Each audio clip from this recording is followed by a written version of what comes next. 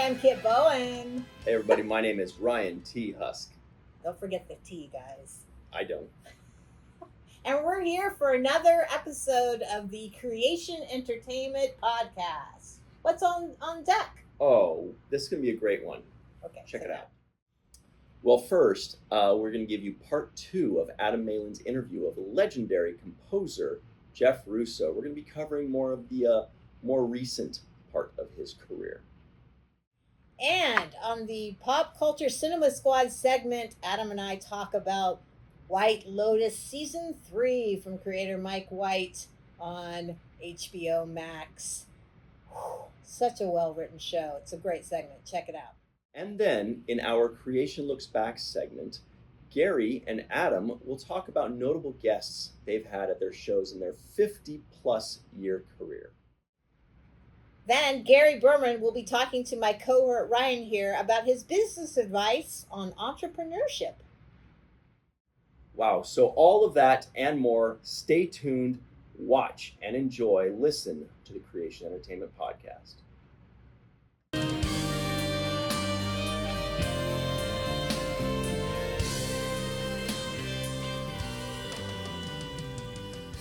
Hey folks, I'm Adam Malin. Welcome back to part 2 of my discussion with Jeff Russo, the talented composer and musician associated with multiple television series, Star Trek, Umbrella Academy, For All Mankind, as well as a pantheon of titles for creator Noah Hawley. This summer, Jeff scores the eagerly anticipated Alien Earth for Noah and executive producer Ridley Scott. And in this part 2, we dived into many of these projects and some esoteric thoughts about the essence of creating his wonderful art. I hope you enjoy part 2 of my conversation with this fascinating talent. We're going to talk about your collaborations with some of the incredible showrunners who, and when I say showrunner, it's with the most reverence. These are really the incredible writer-producers who imagine these incredible worlds. But first, I'm fascinated with your long-standing collaboration with Noah Hawley, who I think is one of the most brilliant writers, showrunners. I mean, I just have such a reverence for Noah. How did that relationship first start? I think you're kind of like his muse. Well, how did you first meet Noah, and how did that come about? So what I would tell you is where I left off, which was in 2007, where I stopped working for Wendy and Lisa and I started looking for gigs, right? Cut to 2009. 2009. I'm sorry, no, 2008. So October of 2008, I walk into a restaurant here in Los Angeles, and sitting at a table is an old dear friend of mine. His name is Jeremy Renner. He's an actor. So I've known him for a very long time. We used to sing karaoke all the time together. It was just, was a very dear friend of mine. Still is, but then he was a very dear friend of mine. I hadn't seen him in a while. And I was like, yo, what's happening? I sat down and started talking to him. I said, what are you doing? He said, well, I'm about to go to New York and start shooting this new series where I just did a pilot and we got picked up. I was like, oh, what's it called? And he said it was called The Unusuals. And I said, oh, do you guys have a composer? And he's like, I don't know. I'll call the producer and find out. So he called the producer. Producer said, no, we're looking for a composer. Have your friend make a demo and send us a demo. So Jeremy called me and said, they said they're out there looking. If you'd like to submit a demo, do it. I was like, okay. So I made a demo, and I sent it to him, and then I heard nothing. There were like a couple months went by. And then I got, like, after a couple months, I was like, oh, obviously they must have found somebody and went and did it. So about 2 months later, I got a phone call saying, we love your demo. We'd love to set up a call. We're in New York. I know you're in LA. And I said, I'll tell you what, no call. I'll just get on a plane and come to New York. Because I wanted to just meet in person. I didn't want to do a phone call thing. Got on a plane, went to New York, and then walked in, and the person I was meeting with was Noah Hawley. Wow. And we had this great, 2-hour-long meeting. We really connected on music. We really were sort of kindred in terms of the kinds of music that we really liked. and he was a musician in bands when he was younger. And we just really got on, really, really got on. And like the meeting was over, I got on a plane, went back home, and I got a call 2 days later saying Noah wants to hire you. So he hired me for that was his first show that Fabulous. that was his first show that he created. It was his creation. He had been working as a writer on other shows. Yeah. But this was his. So his first show and my first show are the same. And he hired me, and then we did that, and that was 10 episodes. And then we did another thing right after that. It was 2 episodes. And then we were going to do this other thing, and we made some music for this other thing. And then all of a sudden he called me up and he said, I've been asked to do my version of Fargo. What do you think? And I was like, Yeah. Oh my God. great. It's the And dream gig. It's his the dream gig for yeah. me, for him, like for everybody. Oh my God. And, And that's how that's how it all happened. little could you have known at the time how brilliant Noah's take on the show would be. I mean, those 5 seasons that he did are, excuse the English, they're fucking incredible. Yeah, And your music, they're some of the best television ever made.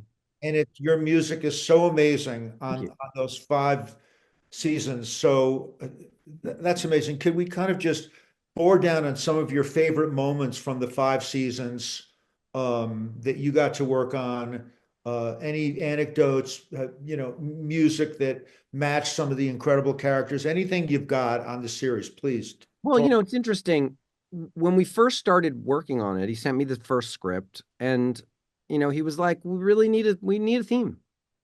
And he said, we're going to use Carter's theme somewhere in the show, but I don't want the theme of our show to be Carter's theme. That's Carter's theme, and that's from the movie, and we're going to try to make our own identity. And I said, yeah, the hard part here is going to be to keep the tonality of the show right and still be able to create our own sort of unique identity.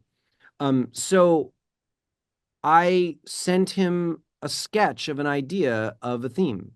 And my idea of a sketch is I do it all the way up, just do it with all the samples and stuff, and sent it to him, and he was like, you've hit the nail on the head. So and that was my main theme for Fargo. Da, da, da, da, da. And he said, you've done it. You've done it. This is the show. This is the show. This is the sound of the show. And then I wrote the rest of my themes before we ever really shot picture.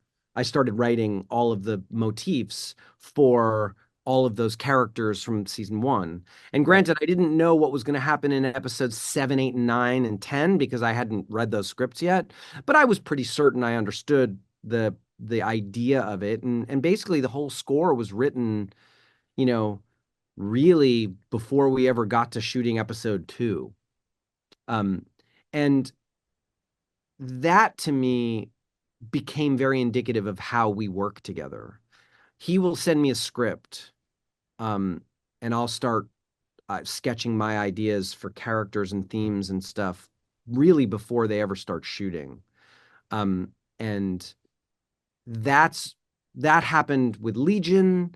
That happened with all 5 seasons of Fargo. It happened with what I'm working on now with him, Alien. It happened with his film Lucy in the Sky. Like and on top of it, we also kind of have our own ad hoc band. We do all these cover songs, and we did a bunch for seasons 2 and 3 of Legion. We did a couple for Fargo in season 3. I meant to talk to you about this. We're going to talk about Legion, but anyway. We've done a bunch of covers. We did a bunch of covers for season 2 in season 2 we did one for season 2 of Fargo, and season 3 of Fargo we did one. Yeah, I mean, we just love to have fun. Like, we kind of look at it like we're making all this stuff by hand because we really enjoy making stuff, right? We enjoy it. And making Fargo, you can tell it's a labor of love doing it. I love writing the music for Fargo. I love how it works. and how we end up collaborating. I feel the same on all this work that we're doing on Alien right now, and it's really showing. We'll talk about Alien in a couple of minutes, but I'm still back in Fargoville. Season 5 was as good of a season as anything you guys have ever done. Absolutely incredible. Now you have these mythical actors like Juno Temple, John Hamm, and so they're so larger than life. Does the actor in some way give you an inspiration for the sort of motif that you're going to create for their character, or is it just the words on the page? It's both. Like I write something and then I see it and then I go back and change it. Like John Hamm's character, he got some work done to on his themes, on the thematic motifs for his character.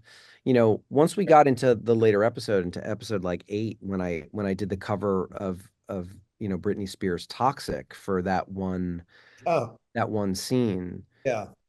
you know, it became very clear how deeply flawed this individual was. And so much of that was just in John Hamm's facial expression on that walk. And that changed something for me for episodes 8, 9, and 10. Because, you know, a lot of times, a lot of times in Fargo, you're kind of rooting for the bad guy. In 5, what you realize is, no, the bad guy's truly evil. Like He's truly, bad. he was a Yeah. bad man, Unredeemable. unredeemable. Yeah. And it's difficult to write for an unredeemable character because, with music, if it's just dark, then there's no respite, right? There's no relief. So you have to utilize other avenues for the relief from the darkness. Like with that song, Toxic, the relief is the song, right? It's not just this dark piece of music traversing the landscape with him going to, I mean, what he's going to do, right? You know where he's going. He's getting out of the car angry and he's going to go beat the hell out of this woman he's got chained up. Like it's as bad as it could ever be. And so the idea there was, well, how do you have it not be just complete darkness? Like, so doing the song in that way sort of proved to be a really good way of doing that. And I think that we kind of needed to find that same feeling for his character throughout the season. I could just Hmm. stay on Fargo forever because I'm so infatuated by it and the incredible work that you guys did. But let's move it on. I feel like Legion Hmm. fascinates me. Such an idiosyncratic show, and I really thought your music for that was so different. So what was your methodology when he brought the Legion assignment to you? It's such a strange show. Um, how did that inform how are you going to approach writing for it? Well, I mean, he was like, what's the way? I mean, we have an unreliable narrator. How do we make music that's unreliable as well? Like, so that you really never know whether or not what you're feeling is what you should be feeling. Like Yeah, what's happening is in fact what's happening. yeah. So, like what's the definition of insane music? And for me, my first thing to him was like, oh, well, our touchstone is then Dark Side of the Moon. And he was like, that's exactly what I was thinking. Um, you know, and which is interesting because Dark Side of the Moon is likely one of my favorite records ever made. It's unbelievable. And he felt the same way. And Dave Gilmour, the guitar player, is the reason why I play music. It's like he's the reason why I wanted to be a rock guitar player because I heard the guitar solo from Mother and was like, that's really what I want to do. I want to do that. I want to make a melody with a guitar, just like Dave did.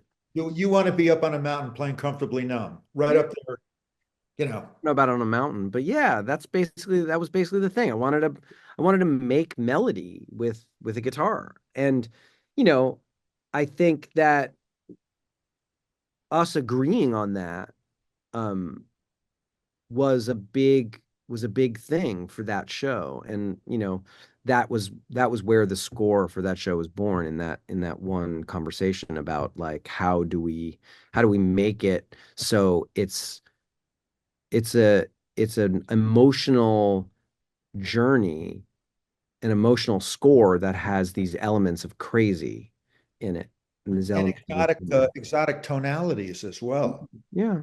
Yeah, it wasn't really something that you'd heard before in a television show. Um, and Yeah. and that was very unique. That was a unique experience for me.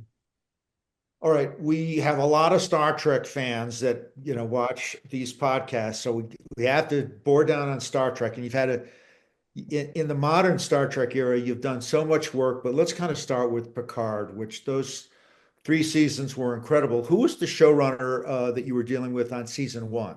Season one, it was Alex Kurtzman, Yeah, and yeah, he was mainly the showrunner. Akiva was in and out, yeah. and but Alex was basically the person.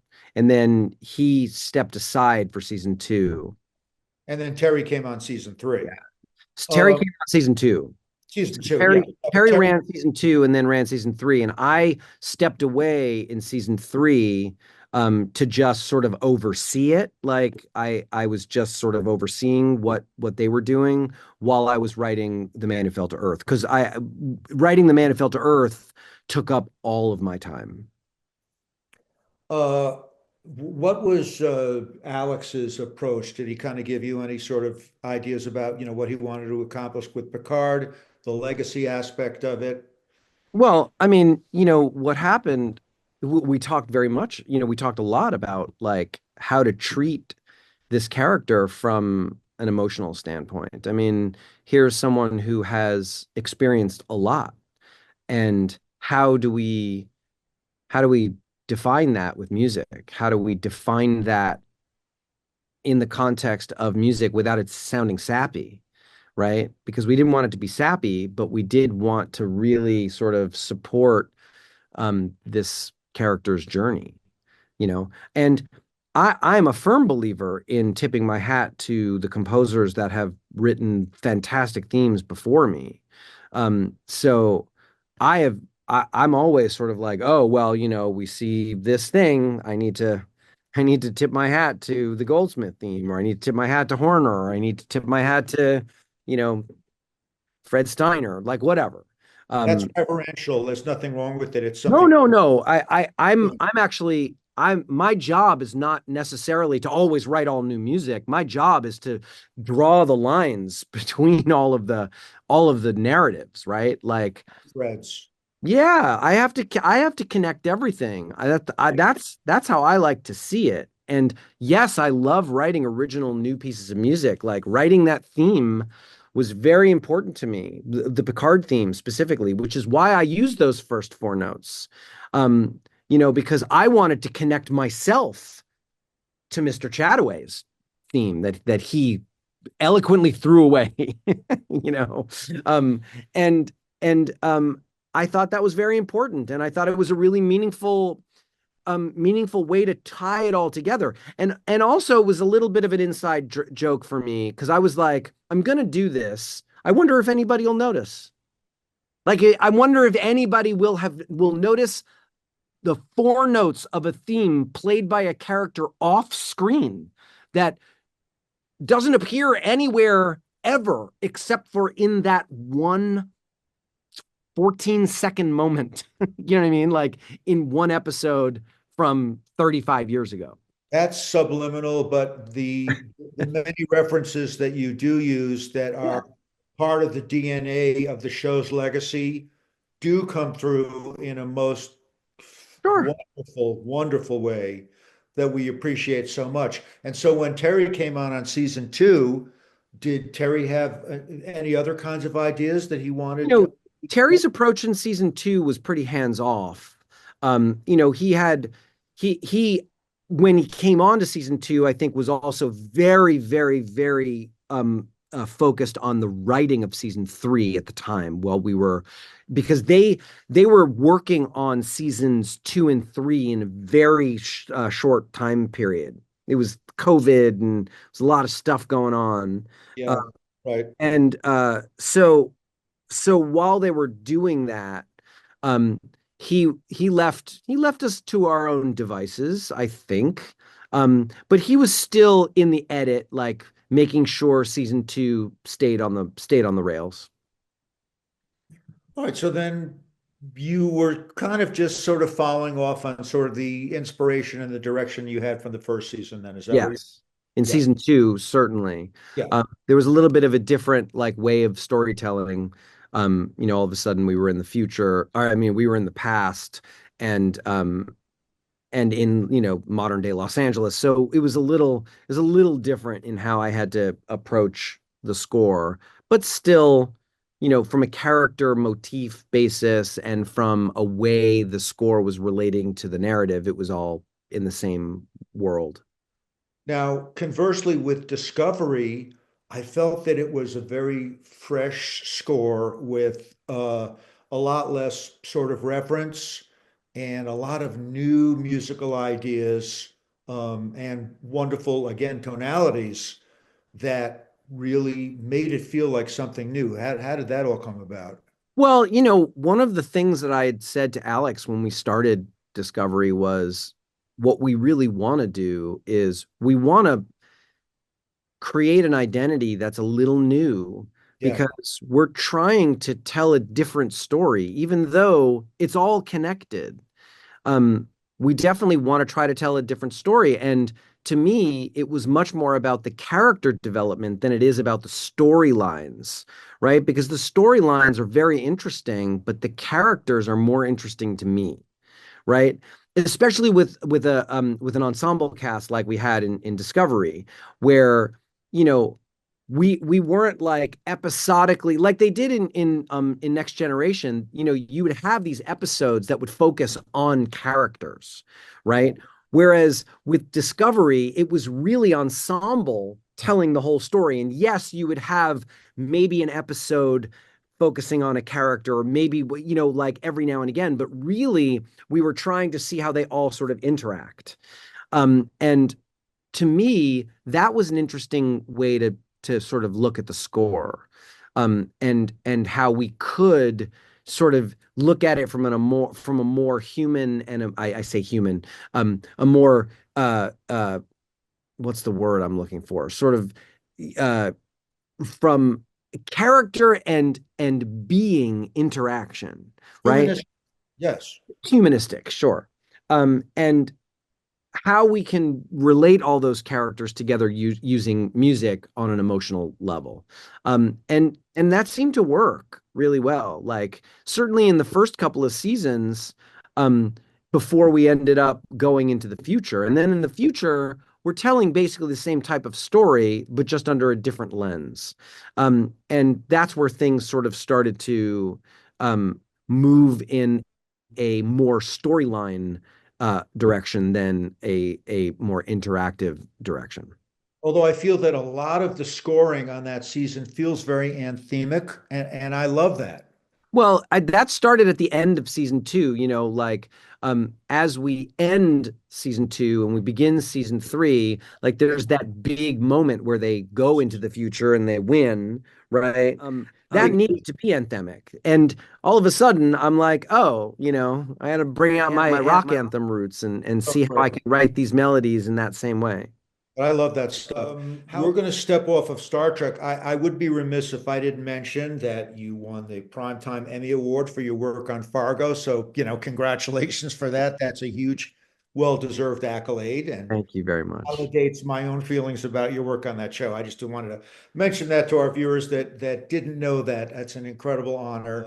How did it feel going up there and getting the award? I mean, what was that experience I like? mean, that's surreal, like certainly very surreal. You Awesome. never expected to win an award, let alone get nominated for an award. And yeah, that's the stuff that dreams are made of, but the work continues. And I'm so tickled that people like the work, that it certainly makes you feel good. No, it's awesome. Yeah. I want to turn for a moment to For All Mankind. Oh, Ron Moore is, I think, one of the most brilliant writers and showrunners in television today. He's proved himself over decades. I love Ron, and I love your work on the show. Yeah, give us a few thoughts about that and comment. okay. So Ron's involvement in the show, for me, the level of involvement I had with him was mainly in the first season, when he was, I think, a lot more involved in the creation of the show and from episode to episode, week to week. When I started on the show, Matt and Ben, who were the creators of the show, wanted to work with me on the show because we had worked together on Fargo and on the first season of Umbrella Academy. So that was an interesting thing. It's like meeting with Ron Moore, who has a pedigree that goes way far beyond anything that I've ever experienced before, including Star Trek from decades ago. So that was a very interesting thing. And I continued to work on that show with my dear friend and collaborator, Paul Doucette, who is an incredible writer as well, and continues to work on the show with me to this day. How do you divide up the chores on that? How do we divide up the chores? It's like at this point in season 5, um, there's not a lot going on. Like we are looking at thematic material from seasons 1, 2, and 3 and 4, and sort of seeing how those are going to work out in the new in this new storytelling dynamic. And as characters go by, I mean, a lot of it is, oh, this character is going to do this, so we need to sort of arrange this piece of music in this new way, and see how that's going to work. And we sit and talk about it and bounce ideas off each other and go and do our thing. Yeah, no, I think it's wonderful scoring. I'd be remiss if I didn't at least mention Umbrella Academy. That's one of my favorite shows. It's a damn peculiar, wonderful show It uh, is. with its own rhythm. It's really an exceptional show. So maybe just speak. We're getting close to the end of our tether here, but just speak a little bit about your collaboration on that show because it is a special show. Yeah, really special show. And I was brought on early before the first season was shot, working with Steve Blackman.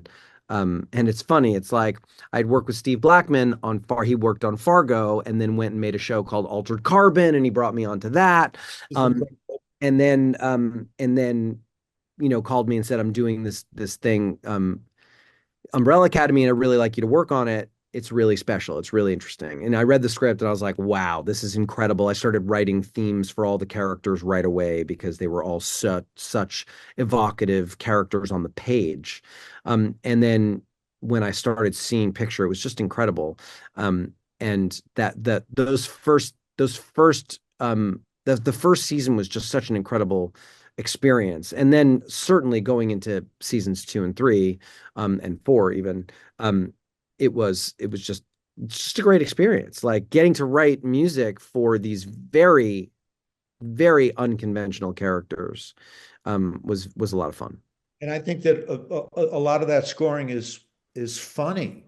Yeah. There's moments that are kind of halfway hysterical, but oddly bizarre and wonderful and funny. Yeah. And I think you're able to, take those kinds of passages and really kind of drive the humor of them. Yeah. I mean, I think that, you know, I it definitely taught me a lot about how to write music with something funny, but not having to write funny music. Right. Yeah. Well, it's an amazing collaboration. We're just going to touch on a couple more things and we're out of here. First of all, of course, we all eagerly anticipate Alien Earth coming this year from you and Noah. And the Alien legacy is one of the biggest, franchises in science fiction. We're all crazy about Alien. I know you and I had a little talk about this, about some of the differences in tone between Jerry Goldsmith's first spooky, atonal, otherworldly score, and then for Aliens, James Horner's kind of more militaristic, anthemic, less dissonant kind of a score, but also very striking. You now working with Noah going into this incredible new series, which I suspect will be running for quite some time. How did you two guys, when you lined yourselves up, looking at the legacy of Goldsmith and Horner, you and Noah get there and you say, all right, what are we going to do with the music for Alien? So what did you discuss and how did you approach it? You know, the first movie is one of the greatest horror movies of all time. The second movie is one of the greatest action movies of all time. How can I, as the music person, how can I take those two feelings and put them together? You know, I did not and have not like used melodic themes from either one of those movies. Yeah. It was really a labor of trying to again make something that is um uh make something that is individual, unique, and yet trying to tell this story in the way that is bridging those two types of narratives. So I did a lot of thinking. I didn't do a lot of listening. I did a lot of thinking about it. Started reading, various books, articles just about music, just about like different types of music. And then I started reading The Man Who Mistook His Wife for a Hat, which is a very interesting book. You know, I tend to read to be inspired by words on the page. And then of course I read the scripts. The idea was we definitely want it to feel like a movie, right? We definitely want it to feel cinematic, and we definitely want that horror element, but there's also the action element. Um, and we need all of the things that we know we need that they have in the movies, right? The jump scares and the actual xenomorph and like all of these things like are going to be a part of the show because you don't make Alien without the alien, right?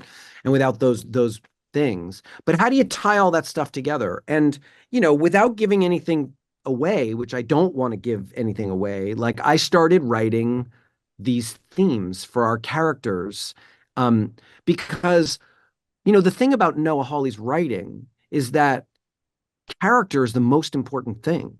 Character, character, character all day long. Like, how do I, as a musician, connect the viewer with the character?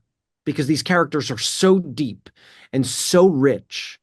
I want to be able to put these all together. So as I started writing the themes and started sending it them to him, you know, the score started appearing to me. It wasn't like Fargo where I knew what I was going to do. Like with Fargo, I read that script. I was like, I know exactly what I have to do. And I started writing themes. Yeah. With this one, he sent me that script, sent me the first two scripts actually. And this is a long while ago. And I started writing, but I started writing from a place that I didn't know where I was going. I didn't know what I was going to do. I sat in front of my computer. I started sketching some melodic ideas. I sat in front of my synth wall back there, if you can see it. Yeah. You know, Love it. and I started just messing around with different sounds. And then, like I said, without giving away anything, without giving anything too far away, like I did some stuff, like made some bespoke instruments, to figure out what the sound of the show was going to be. Great. Right. It's going to be new timbres, new sounds. I mean, what I can tell you is Yeah. there's stuff in the score that you've never heard. And I don't mean musically, I mean just sound wise. Like, Yes. yeah. And That's fabulous. I felt like I needed to do that in order to figure out how to write this score. Like I needed some different thing to shake up what was inside my head. I always felt that one of Goldsmith's greatest genius in that original score, and what brought part of the alien quality to it, is that 20th century atonality, like the Schoenberg kind of the way in which uh, voice leading relationships. This is getting a little esoteric now for our lay viewers, but the atonality creates an alien quality that people are not used to hearing. That's part of the awe and mystery of the original Alien score. Do Yeah. you try and impart any of that kind of a vibe into what you're Well, doing? Or I, I would say I'm definitely trying to impart some of that feeling for sure. yeah, You know, it has all of that element in it, like the element of, you've seen the red. movies, right? You know that feeling. I wanted to make sure that I wasn't not doing the job that I knew I needed to do. Yeah, yeah. We can't wait. I assume the whole first season's in the can, yes, or I'm not allowed to speak about oh, okay. That's it. That's fine. Anyway, we all eagerly await that series. I was going to ask you about your various synths, but that's from my own fetishistic instrumentation interests. I won't bore the viewers with that, but someday I've got to find out about all the synths you're working with. My final question really is just kind of tell us who are some of your favorite composers, Oh boy. writers, and inspirations across all spectrums of music. Who are some of your inspirations and some of the people whose music you love in all forms of music? I mean, gosh, Paul Simon is one of my favorite songwriters of all time. I mean, he's written Early, middle, or late? all. I would say anything. Yeah, I'm saying, like, I don't know that he's written a bad song. I mean, that's my opinion. Like, music is completely subjective, but those songs resonate with me.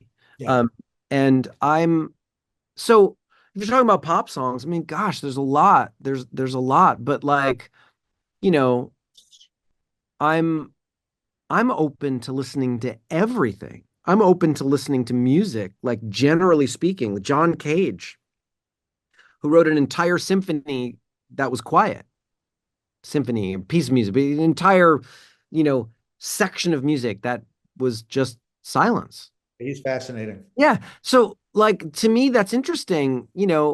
It might not be pleasing to everyone, but I feel like I love it. I mean, who doesn't love John Williams, right? Like, as a composer of narrative, I have to tip my hat to John Williams and say those melodies are the most memorable of all time in film, right? Um, and he's a genius. He's the top of the top. So I love listening to his music. Um, there's a lot and everywhere in between. There's so many. It's really hard to say. I mean, I love Jerry Goldsmith's music. Um, I I have loved so much of his early work, so much of his early work, which was a little more sort of like, I mean, his score for Chinatown is incredible. Yeah, And, you know, so it's I would say again, it's very difficult. It's very difficult. Gustavo Santaolalla wrote one of my favorite film scores of all time. Brokeback Mountain is one of my favorite film scores of all time. It just merges this beautiful acoustic guitar with strings and pedal steel. I'm like, that's perfect to me. Um, you know, so I have so many. It would be literally impossible to say like who are some of my favorites. The list is far too long. that's okay. Well, the next time around, not that there's going to be a next time around, but the next time around, if we ever do get a chance to do that, Sure. you can think about it and tell us. I know I could spew off 500 names, Yeah, thinking an eye, but that's the point. it's obvious listening to your music that not only is it all your own invention and innovation, but also informed by the legacy of so many different creatives and artists, Sure. so many different disciplines.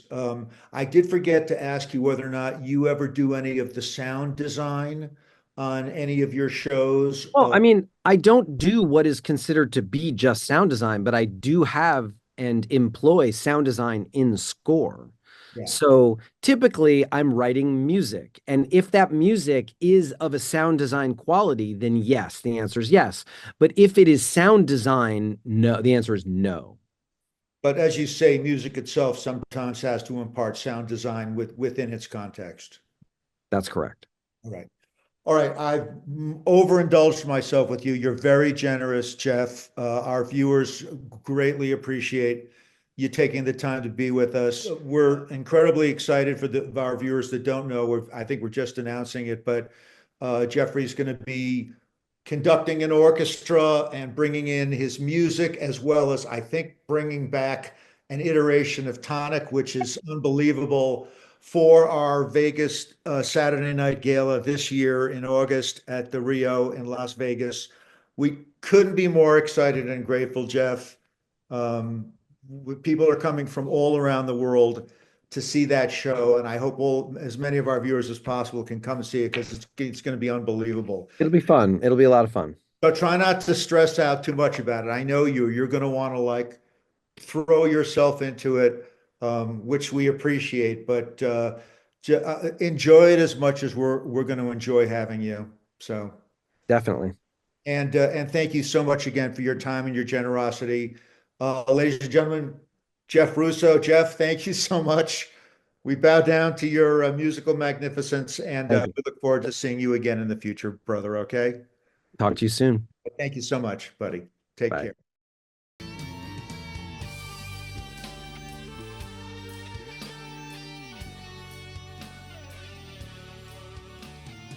Hi, guys, and welcome back yet again to another fascinating and provocative session of Creation Entertainment's Pop Culture Cinema Squad. And as always, I'm Adam Malin, joined by my esteemed and lovely colleague, the amazing Kit Bowen. His couch potato Well, cohort. we're not couch potatoes. Oh, we are couch viewers. we do sit when we watch, though. But anyway, Kit. And sometimes I do eat potatoes. So. And Kit, we are going to have fun today, because Woo! we are doing a deep dive on season 3 of White Lotus. Okay, so for those of you that have been vacationing in Kamchatka and don't know about this show, let's just kind of set it up. Yeah. And in particular, this third season, basically, it unfolds over the course of a week or so, and it explores the complex dynamics between guests and employees at a high-end resort, similar to previous seasons. And I thought that this season veered even more into the spiritual. It did. Well, you're in Thailand. Yeah. So that was a big part of one of the characters. And the way Mike White always seems to frame these series, we're so, like I said, we're in season 3 now, and the first 2 seasons were equally as good. He generally has groups of people that we usually follow. It's usually a family type group. Yeah. And then it's friends or it's couples or whatnot. And then you've got the hotel staff and whatnot. So the one character in the family dynamic, Piper, she wanted to study there under the local monks or whatever, that there was a temple nearby, and she wanted to study under them. So it's funny. We'll that bore down definite, on that character, but that ended up playing out kind of the way I expected it to. But yes, there's self-discovery, there are secrets, spirituality, revenge, of course, always. Yes. And the meaning of life and death, and of course the search for peace. Now, these characters all struggle with their personal demons, and they face crises mostly of their own making. Of course. And as we mentioned, this season really did delve into Eastern spirituality. It certainly is, with the backdrop of Thailand. So beautiful. Very fitting for that. Now the settings for these shows, the White Lotus is not really called the White Lotus. It's the Four Seasons, right? They're Four Seasons resorts. I've actually stayed at the Four Seasons Wailea on Maui, which was the first season of White Lotus, and is a beautiful property. And by the way, that first season was sensational. Yes. That's, I mean, if you're going to rank them, that's still my most favorite. I would say that and the second season are my two favorites, and that this third season came close. Yeah, it came close. It came close. Mike White is a brilliant writer. He got his start as a writer, really. He wrote School of Rock with Jack Black, and then was actually in it. So then he got sort of his acting chops as well. But I think for me, my most favorite of his was a very early film called The Good Girl. With Jennifer Aniston. Yes, with Jennifer Aniston. Yeah. So he's a real indie spirit. He's amazing talent. So he writes these characters. He's so adept. They're just so rich. I mean, it's kind of like a Stephen King novel. You immediately know who you're going to root for and who you're going to hate, right? Well, what's so crazy is because his character studies and his character developments and his character arcs are so amazing, but a major character of every season is the location itself. Yes. And you've alluded to the Four Seasons. The second location, which was a Four Seasons hotel in South Italy. Such a crazy, amazing episode. We may get to doing a deep dive on seasons 1 and 2 at some point in the past, but because this third season just went past, we just sort of want to get it. But I mean, Thailand is a location. The sea, the air, the monkeys. It's just so incredible. The Buddhas. And also the framing sequences, like the floating body at the beginning of the second season. Yes. Which turned out to be, of course, poor Tanya. Yes. And the third season, listen, the series, the third season is over. We don't want to give spoilers to you, but we have to talk about the whole season. If you haven't seen the whole season, then you might not want to watch this, okay? And go watch it, and then come back and look at our commentary. No, you might not want to watch us until you see the third season. Exactly. But another thing that I think is incredible is the music by Cristobal Tapia de Veer. Although you've heard about the little controversy between that, so it doesn't look like he's going to be composing anymore because what was the controversy? Had a run-in with Mike White. You know what? Who knows? I think he was kind of a diva. The composer guy was a little bit used to working on his own and not having to take notes and things. And he clashed with Mike White. And sorry, dude, the show's Mike White's show. So if you clash with the creator, but the music is such an integral part of the show. The opening sequences are always so great. Yes. Now they changed the opening sequence for season. Well, they change it each season. But the music was also the music different. Changed for the third season. And people lost their ever-loving minds over it. They're like, wait a minute. But meanwhile, after you listen to that creepy music for long enough, you actually love it. It's just great. As a side note, some of you may have seen White POTUS, which Saturday Night Live did a skit about this last week featuring Donald Trump as kind of the Jason Isaacs character, I think. Okay. And with their own version of that creepy music. Anyway, De Veer's music was a very memorable part of the show. Yeah. I will miss him. I bet.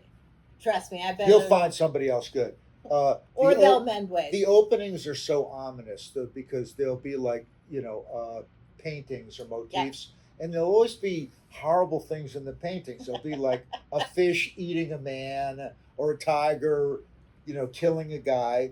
It just, the opening sequence is enough to already get you unnerved before the episode even begins. Yep. And then, as like you were saying, Mike always likes to start with something that's going to happen. Yes. So in this situation, narrative-wise. Yeah, narrative-wise. He gets to the end of the narrative first. Right. And then we flashback. And then we're like, what's going to happen? Who's going to? So in this case, it seemed like there was sort of a shooting. I mean, we're not quite sure what kind of a shooting it is. Which we do find out what happened. We hear bullets flying, and so then we have to figure out who the heck is the one. So let's kind of start to dive down into the characters. Okay. I wanted to start with Natasha Rothwell, Belinda, the spa attendant, because she, of course, returns from season 1. And so it's great how that storyline threaded through. And if we all recall from season 1, Tanya was fixated upon her and promised her to fund because Tanya's loaded. It turns out $500 million. Yep. She was going to fund Belinda's own spa project Correct. in Hawaii. Yeah. And by the end of the episode, because Tanya's is wacky and not a dependable person. Jennifer Not Coolidge. Not a very nice. We love Jennifer Coolidge. Not a very nice person. Well, Um, she's a complicated person. Not. I think some of her intentions were true, but she's also very. But of course, selfish when the gays wanted to kill her in season in season 2, I think then that we started kind of sympathizing with her. Yeah. But anyway, it was kind of ironic because she shows up in season 3, and of course she stumbles upon this character Gary, Yes. and we all now know who this character is because he is the one character who's like literally been on all 3 seasons. Yeah, and if you recall, hopefully most of you remember, he married. He kind of wooed and married Tanya in season 1, and in season 2 seemed to disappear from. Well, he's at the very beginning. Yeah. So they're in Italy, and then he says, Yeah. "I gotta go, Yeah. have to leave." And But he's feigning that he's sick. right, but but we know he's having an affair or something to that. Well, effect, yeah.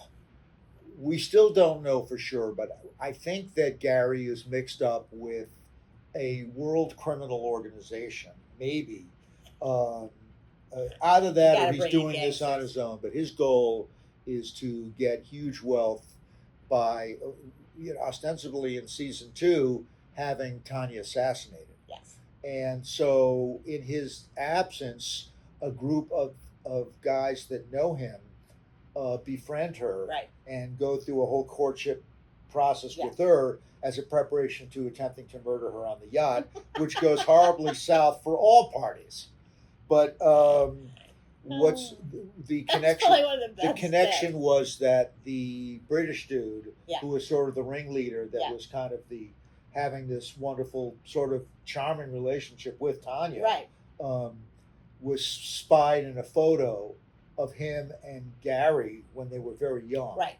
And that's what tipped off Tanya Yep. that something was freakily wrong. Anyway, Tanya, as we know, passed away stupidly, but it happened to her. And here in season 3, Gary appears in Thailand and ensconced in a huge mansion Yep. with a $100 million yacht. Yep. And it's And obvious a lovely that skinny girlfriend, I guess. he's yes, and he obviously got Tanya's money. Yes, he did. And over the course of this season, Belinda decides that he wants to speak to her because he Well, she realizes recognizes who he is. Yeah, he realizes. And that. then she ends up doing a little Google and finds out that Tommy has been killed. She hadn't known that. She finds that out. She's like, "Oh my gosh, I think this guy had her killed." I mean, this is her supposition. It's not really out there, but they are looking for him. He's sort of a person of interest that they're looking for, and they haven't been able to find him. Obviously, he's hiding. And when he knows, she knows who he knows, and she knows that they both know who each other are, then it gets very interesting. Her son comes in, and they're trying to negotiate with him, which is sort of like poking the bear, to try and get some kind of money off of him. Yeah. And Well, he offers her money to just basically like ignore the fact that she saw. right. And she's like, "I can't do that. My morals, blah, blah, blah." And the Right. son's like, "Mom, Yeah.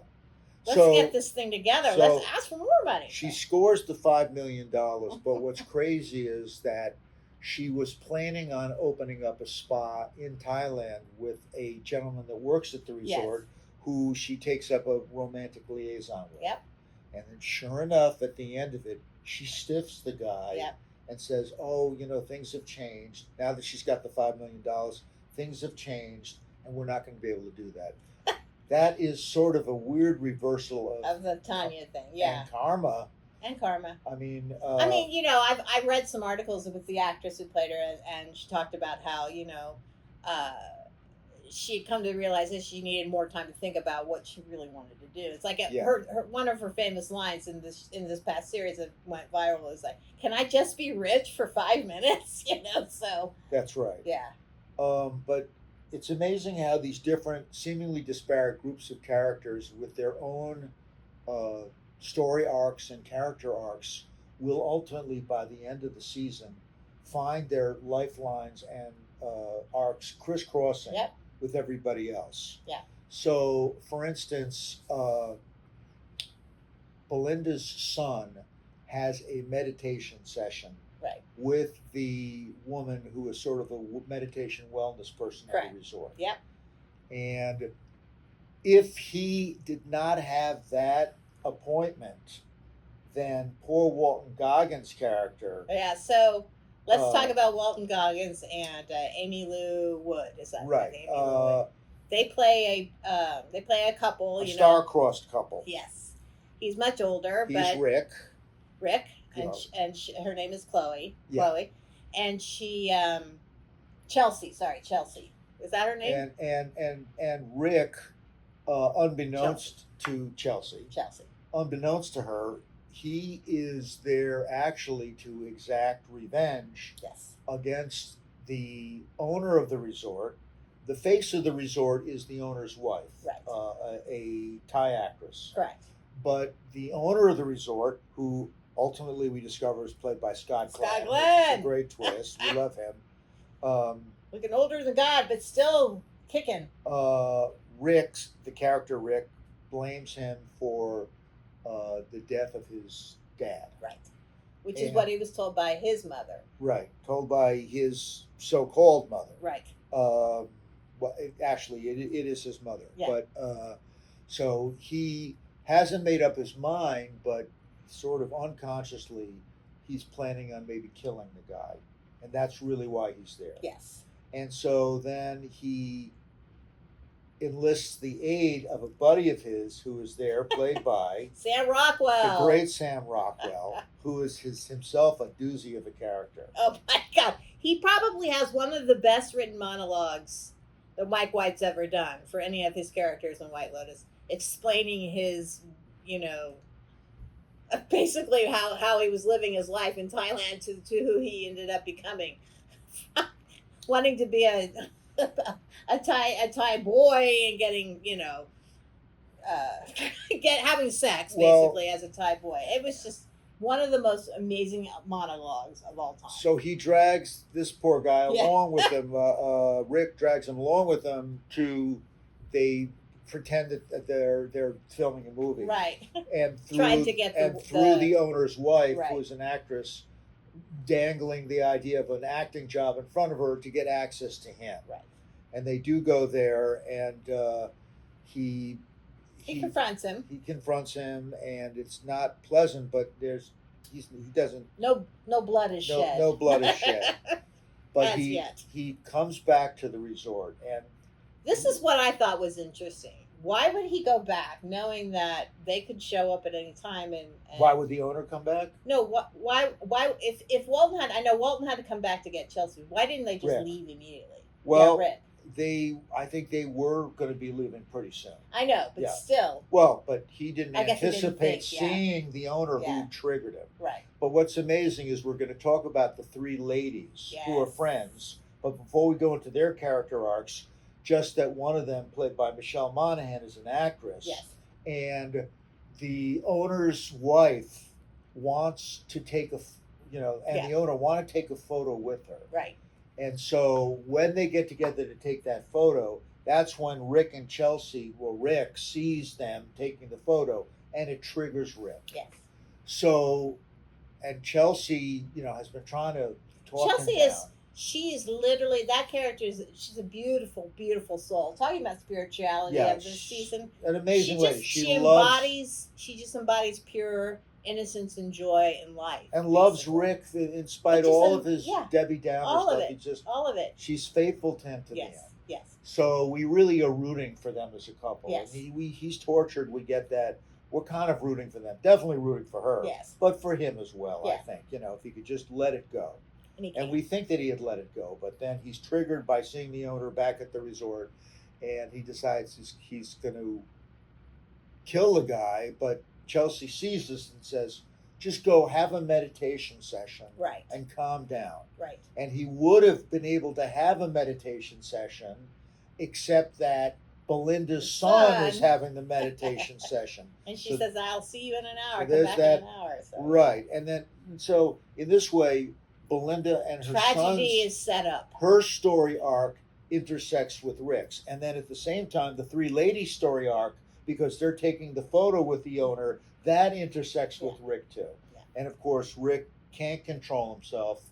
And the end, of course, is disastrous, not only for him, but for Chelsea. And it's like, oh, what a downer. It was a bit of a. She's it was the collateral damage. I would say this particular season was darker.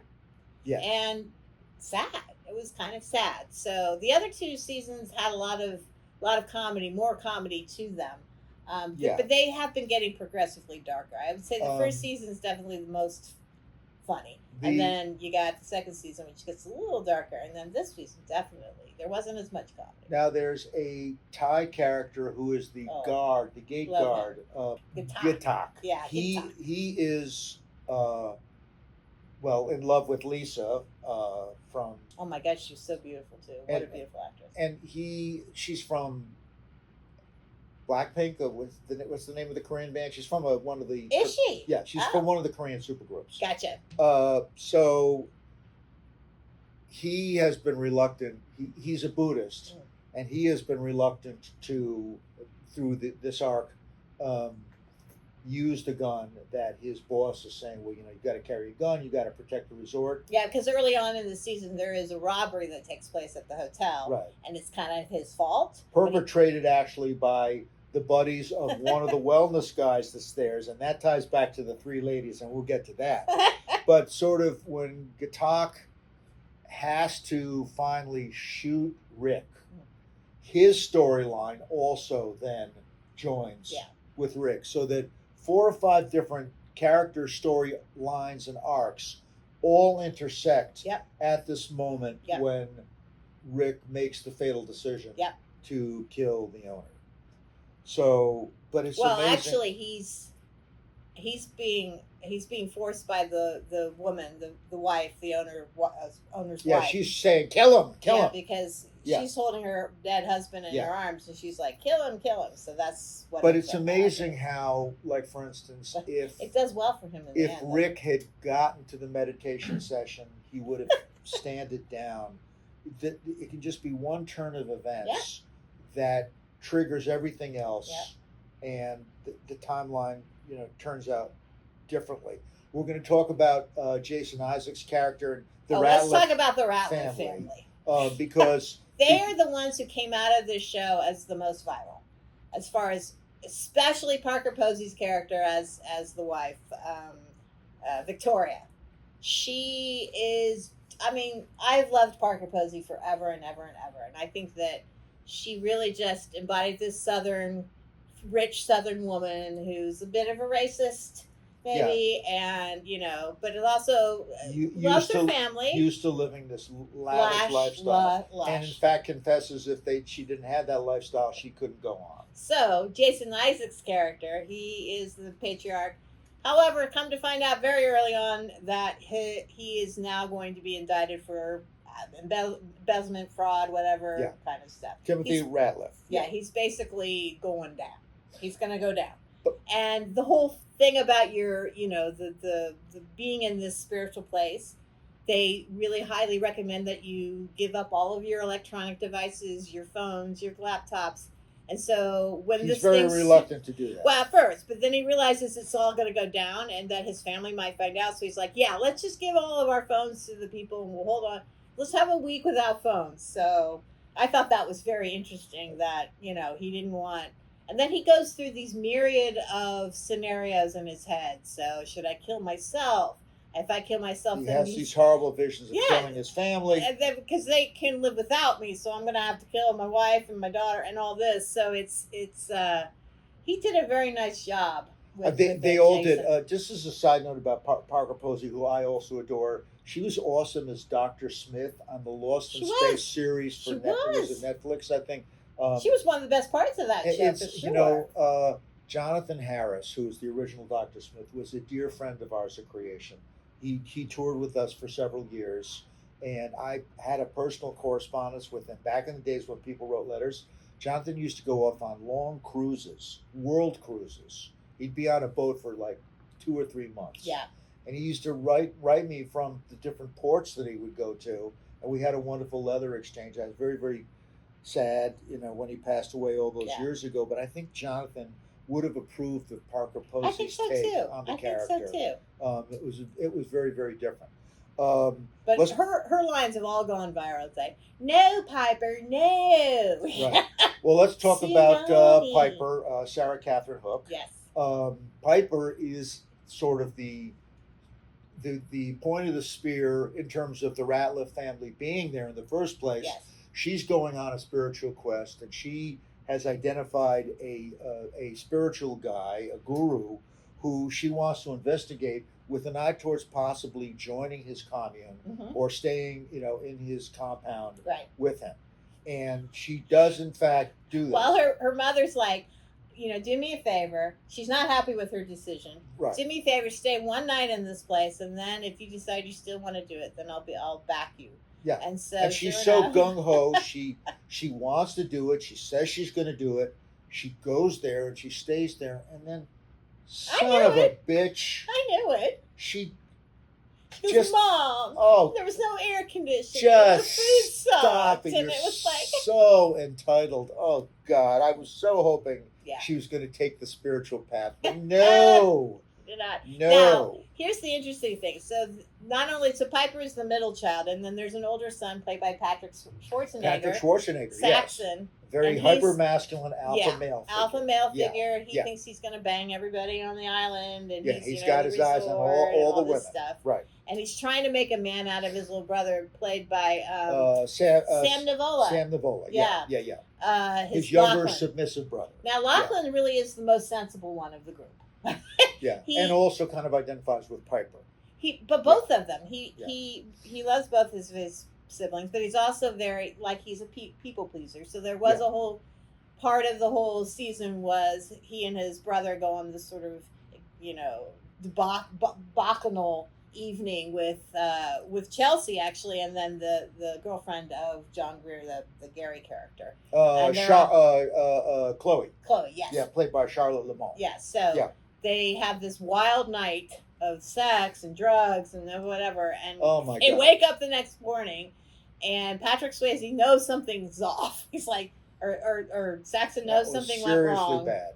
And then he realizes that during one of these sessions, Lachlan was there and sort of was helping him out because he was by himself. Again, so there was this incest situation. We thought that another Mike White thing. We thought that Saxon, Patrick Schwarzenegger, was going to be the one that ends up betting Chloe, but in fact, it's Lachlan. Yes.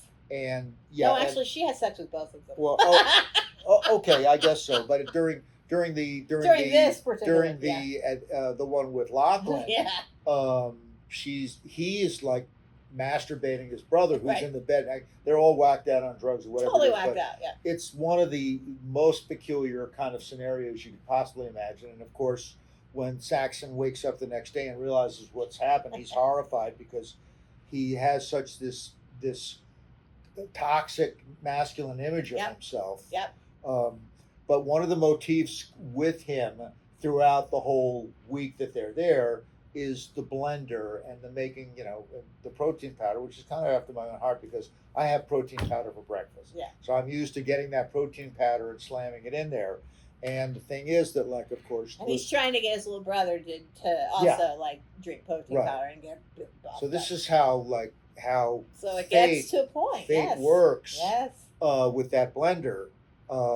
But we get to the point where Timothy Ratliff, Jason Isaacs, he's going to kill himself. He actually is going to kill his whole family. Yeah, he realizes he has conversations with all of them, and they've all said, You They know, like couldn't live the without, mom says, yeah. I couldn't live without all this money. The Yeah. daughter says, I can't go and be a monk because, you know, I like my country preacher covers. Yeah. And then Saxon is following his father's footsteps in his business. So Yeah. he's relying on his dad to put him into this whole new career of his life. Right. So he's like, oh, crap, that means I'm going to have to kill all of them. But when he talks to Lachlan said, yeah, I could live without money. I could make that work. Right. So then, So that's how he comes up with the rationale for killing everybody. except for Lachlan. By the way, what is that? There's a name for when you kill your whole family with yourself.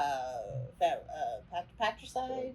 Something like that. Okay. Yeah. Anyway. So anyway, he decides he's going to do it, and just as we had learned earlier in the season, there's a fruit that grows on the tree Right. that whose nuts are poisonous. Correct. It's the suicide Correct. tree, or So he gets the thing and He mashes it all up. Mashes it all up in the blender. Here comes the blender, and now he's got this in the blender, and he decides he's going to make a pina colada for the whole family, Except for Lachlan, who only and gets a Coke. mashes it all up. And in fact, that final evening, he does give the pina colada to everybody, And they and start all to taste it. drink it. They can taste the bitterness of this fruit or whatever, and then he realizes. And then Saxon's about to take a really big sip of it, and he knocks it out of his hand in the glass, and they're all like, "What's going on?" And so he kiboshes the killing everybody. He does. Okay, we'll just figure this out together as a family. But in a typical Mike White twist of fate, the blender still has poison in the bottom of it, and poor Lachlan The next morning, sees it the next morning, and because of this constant prodding from his brother Yep. to have the protein powder, Yep. he decides he's going to have the protein powder. He puts it all together. Sure enough, he poisons himself. He's lying out there by the pool. Yeah, so then we've Yeah. got Jason Isaacs waking up. The rest of the family has gone off to breakfast, but he wakes up. He sees Lachlan on the side of the. If Jason Isaacs had not been whacked out on his wife's pills, Right. which he is for the whole season, which Like is why it's Xanax or really, something really like that. funny. Yeah, lorazepam. That's If what. they had not let him sleep, Yeah. if they had waked him up and had taken him off to breakfast, then Lachlan would have died. I don't think so. No, because what happens is he runs out there. He sees Lachlan. He's holding Lachlan, and Lachlan's having sort of an out of body experience. But Lachlan just it wears. Well, he maybe. Well, anyway. I mean, So this is all happening with Lachlan and Timothy, and then the shooting incident is also happening at the same time. yeah. So we're bouncing back and forth between these two with this grand music and everything, and it was just really well done. It was really well put together. But it's ironic that Jason Isaacs' character is there to find Yes. his son nearly Yes. dead. Yes. And I mean, So, it yeah. could have been a horrible twist of fate, but the kid does live. Yes. And the family basically regroups and leaves. And then they all get You their know. phones back. They get their phone back. So, And so then it ostensibly they're becomes- about to find out, although not at And the we end of don't the ever episode. see Yeah. exactly what happens, to them, but they're going to work it out as a family. So anyway, so let's talk about the three ladies, which of course is a part of the show that spoke to me the most. Kate, Jacqueline, and Lori. Yes. Okay. Played by Michelle Monaghan, Carrie Coon, Jacqueline. and Lori is Carrie Coon. and Kate Leslie is Bibb, Leslie Bibb. Yeah. who ironically is also married to Sam Macraw. Oh, no, they're not married. They've just been together for like 28 years. Okay. Did you know that? I did not know that. Yeah. Very interesting. So, this spoke to me because I have some close girlfriends from college, and we get together at least once a year, and it's always a lot of fun. We're not nearly as judgy as these three certainly women hope not. are, Yeah.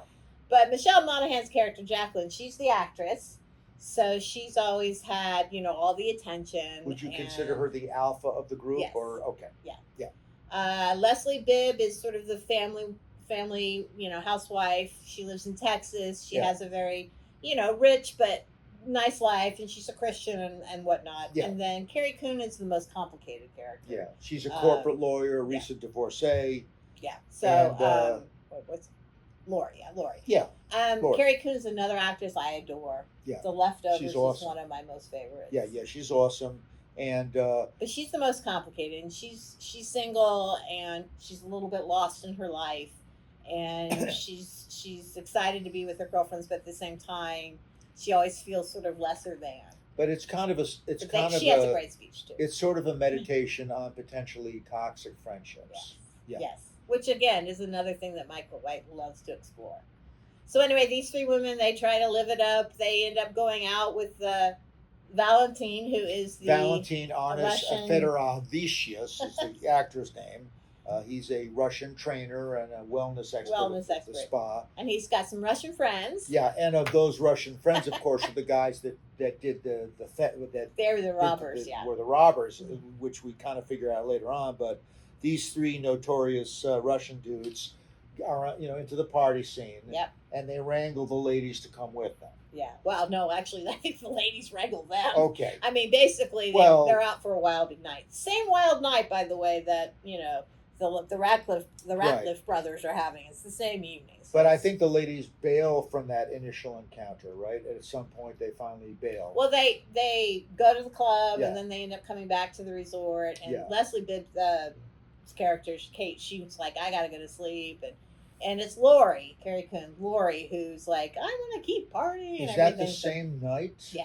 It's the same night. Yeah. I say, well, she does in fact go back and takes up with one of the themes Russians. of each episode is very parallel. All the characters end up going through some kind of transformation. But so to speak. what was fun was the fact that this Russian dude then hits her up for money. Yeah. And it reminded me a lot of the Italian prostitute who hit up the youngest generation of that family. Yes. Which with F. Murray Abraham as the grandfather and Michael Imperioli as the father. And the son, And then the poor son is the one that gets hit up. This is a sort of kind of of musing on that vibe. Yes. Again. But then again, at the end of the story, their plot line crosses over with Rick, Walton Goggins, by being there at the wrong time with that photo with the owner of the resort. And then, so it's just incredible how the different storylines all converge. And but like I said, this season, the past two seasons also, the concierge or the sort of general manager of the resort have always been such great characters. The first season it was Murray Bartlett, who ended up winning an Emmy for his performance, the Australian guy. Out of control. So great. Out of control. And then the second season was the Italian actress who played, I can't remember the character's name. Sort of the general manager, Mater D. Who also has issues, she's kind of a closeted lesbian and all of that, and she was a great character. Well, we really should try and do a deep dive on those first two seasons. But this season, the concierge, he was a good guy. He was a fun character, but he wasn't nearly as strong as the other two. So it was really more, but just my final thoughts on the show itself. This season was not, like I said, wasn't as funny, wasn't nearly as, it was a little bit more of a slow burn. Yeah, but more ponderous. But I think that this was the best writing Mike White's done of all the three seasons, because, like I said, there were some just tremendously wonderful monologues by many of the characters, and Carrie Coon also Lori has a great monologue at the end with her friends. I don't know. I really appreciated the writing on this one. I couldn't agree more, and I think it's not only just the scripting, but the overall narrative, the storytelling is, and the way in which he's created these character arcs and how he interweaves them as we get up to the climax, as well as the way the narrative flows is just, it's so masterful. And then taking the location, that really becomes a living, breathing character of its own. Each the season. elements, Each season. the ocean and the air and the insects and the animals. Where should they go next? Well, from what I hear, they're going to be going to a vegan resort. Oh no! But Where? I don't know what the location is yet.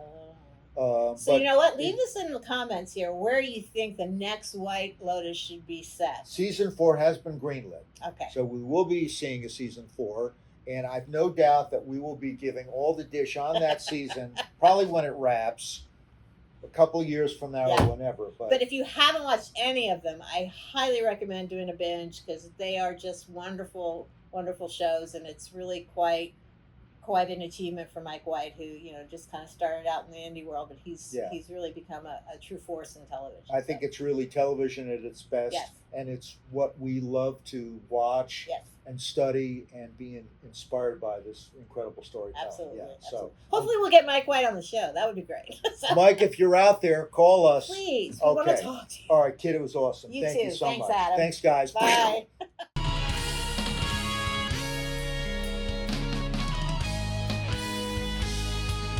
Okay, I thought today would be fun to look back at some of the really cool celebrities that we worked on, particularly earlier when we just got started. So, how many of the actors that played Batman TV villains do you think we worked with? And there were 38. Batman TV villains. Well, I don't think it's that big of a list, but let's see if It's a you pretty can big help list. me out here. There was Frank Gorshin. Right. Okay. There was Cesar Romero. We didn't have him as a guest. I know, I'm just kidding. Wish. Let's see. Batman specifically. Batman TV. We worked with Burt Ward and Adam West. And I'm Adam talking about West. the villains. Yeah. Okay. There's some really good ones I in there. certainly know the Batman villains, but I see. who actually worked for us? Yeah, there were, I think I have 8 or 9. Let's see. All right, why don't you tell me some of them? I have none. John Aston, I think we had as a guest. John Aston, I don't ever remember meeting him, but okay. I Yeah, certainly I'm not love sure. him. Yeah. Did we ever work with David Wayne? Was he on Star Trek or I'm missing him? On Batman, He was on Batman, Yeah. but was he ever on Star Trek? David Wayne? I don't think so. I don't recall meeting him. Yeah, okay, so those aren't good. I'm positive the rest of them. Okay. Malachi Throne, Malachi Throne, also in Star Trek. that was in He's New York. Actually, a wonderful guy. You remember meeting I him? remember meeting him. He was lovely, and he's one of the great actors of his generation. All right. I Yeah, don't and remember. Malachi. He was a Broadway star, right? Yeah, he was. Yeah, and also film and TV. Who was Malachi in Batman? False face? Okay, all right. Maybe. That's a Right. good enough Yeah, guess. yeah. All right. Julie Newmar. That is an interesting Yeah, lady. I know. She's that still was, alive, right? yes. She's she is. awesome, and Yeah. she managed to stay in shape for her entire life. But she was like a ballet dancer. Yes, originally. Yeah. Yeah. She went out into the audience, was dancing around everybody. It was a little unusual. Very interesting lady, and very very nice. There were 2 Catwomen. Yeah, there I'm was getting- Julie, and there was the Eartha Kitt. Eartha but we Kitt. didn't We work never with her. had her, but we had Julie on at least a couple of occasions, and she was fantastic. Do you remember Julie had a TV show with Bob Cummings 1,000 years ago? Yeah, my favorite. She was like a She was robot. a robot who actually weighed like 600 pounds when she would step And she on had the his beauty foot. marks on the back. Yeah. We had Roddy McDowell as a guest. He was bookworm on the Batman TV series. Do you remember And, that and character? he was like a classic Hollywood actor. I remember that he was a photographer, and you guys were talking about maybe selling his prints one day. Yeah, Yeah. and actually, Fright Night, which he was in, was a great film too. Yeah. And Yeah. quite a few of the celebrities that we met were through the Fangoria shows. I'm not sure all of our viewers know that we ran for 25 years the Fangoria Weekend of Horrors with Tony Timpone, Yeah. and had some incredible celebrities at those shows. Not the least of which was Peter Jackson, who came in actually before Lord of the Rings to promote Frighteners. We had Guillermo del Toro, Yeah, maybe. who came in to promote Pan's Labyrinth. As you mentioned, Vincent Price, and some. Well, everyone in the whole makeup business. The Special effects. the K&B guys. Yeah, all Yeah, of so we had a great run with that. We'll dive into that a little bit more. next Yeah, time. you got it. Okay. Vincent Price. Well, the greatest of the greatest. Yeah, we Yeah. had Vincent at a Fangoria show, interviewed on stage by the great Joe Joe Dante. Dante. I do remember that. It was kind of nice seeing that Gizmo Gremlins animatronic Mhm. in Burbank a couple of weeks ago, because Gremlins is one of my favorite Joe Dante films. Mhm. But Vincent, who's of course incredible, He was older then. he I remember walking on a he cane. was Egghead, Egghead, yeah. amazing actor, and it was wonderful to have him. As you say, he was already pretty elderly at that point. Yeah. And then I know we had Roger C. Carmel. as a guest once, Harry Mudd. Roger C. Carmel was like an Egyptian kind of King Tut. Is that who he was? King Tut, yeah. By the way, some of these No, Victor Bono was King Tut. Right. So Roger C. Carmel was. I just know him from Mothers-in-Law. Well, and of course, and Harry Mudd. We know him from Harry Mudd. Some of these characters I know because of that fabulous. You had this thing on the wall of the different Batman villains. Yeah, signed by all of them. Yeah. Well, we're close. I All got right. just one more. Joan Collins. Joan Collins was okay. She was a Batman villain too. Well, of course, we had Jones. I think a couple of times. Twice, and that was enough. And she was, I mean, City on the Edge of Forever. She's iconic, but also an iconic Batman villain. Yes, very, very good. Yeah, so I thought our batting average was pretty good. Then I have some other people that we met that aren't on that list, but were pretty cool. And I know you have a really nice story about Ricardo Montalban, who we worked with twice. And I think that's the only time he ever did a fan convention experience. Well, Ricardo, of course, in Space Seed, the classic Star Trek episode, reprised his role for Star Trek II, The Wrath of Khan, by our good buddy Nicholas Meyer. And Ricardo was sensational in that. And years later, we had him at our show in Pasadena. Right. And do you want me to offer an anecdote or two about him? Yeah, but the thing I remember best about it was that Shatner took the time to introduce him. Yeah. And also Joan Collins, the contemporaries, I would say. Yeah. To the audience, because they had never done it before, and he was like an old pro, and I was always kind of touched with that. And he stayed out on stage just enough to make sure they were cool, and then he left them to that spotlight. That's wonderful. Ricardo had some terrible congenital back injury that left him in a wheelchair, and he was in an awful lot of pain. And I remember backstage, we had to kind of help him get up on stage, and he refused to go out on stage in a wheelchair. Right.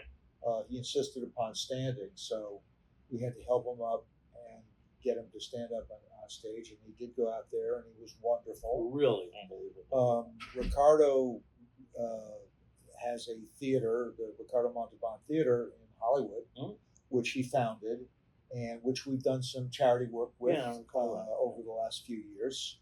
And obviously inspired, generations of actors in general, but Latino actors in particular. So that was one of the great. Yeah, that was a nice thing that we actually got to work with him. I wanted to talk a little bit about James Doohan and Nichelle Nichols, because we worked with those guys so many times, and a lot of younger fans didn't have an opportunity to meet them. I think they, like everybody, they had mixed personalities. In many senses, they were great to work with. Yeah. But other times, they were just like business and difficult. Right? Would that be really fair? I would say that would completely qualify them both. Jimmy was beloved by the fans. Could be cantankerous. Yeah, I would say. But did many of our shows. It's got to be hundreds. We were doing, I don't know how, but multiple Star Trek shows in a weekend. We got up to about 110 a year. So he came to our shows a lot, and then I think the thing I remember about Jimmy the most is his fantastic character. The introduction. Yeah, that was he fun. Could do like 1,000 different voices on stage, and would always end with a Scottish rhyme to end his presentation. Yeah, I remember that too.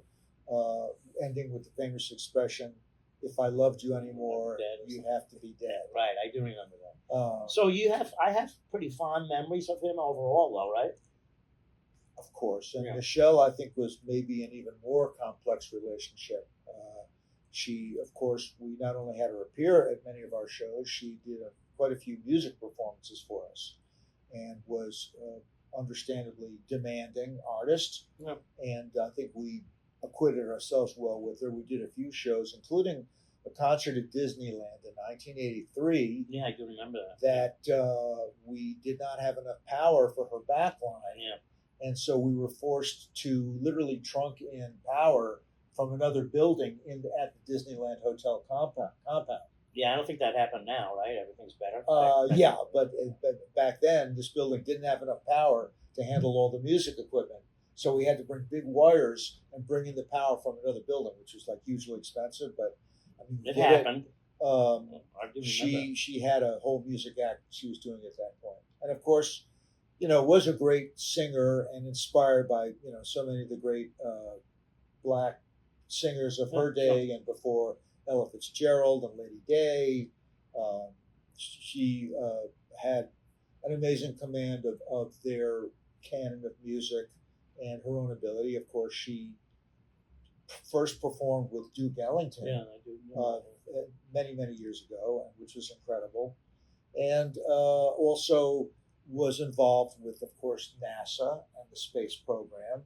Was an Right, but I advocate mean, for them. yeah, I mean, I think everybody knows her, resume, but you knew her, and I so did. what can you share that maybe the audience doesn't know about her? I think that she was kind of a mother figure to me.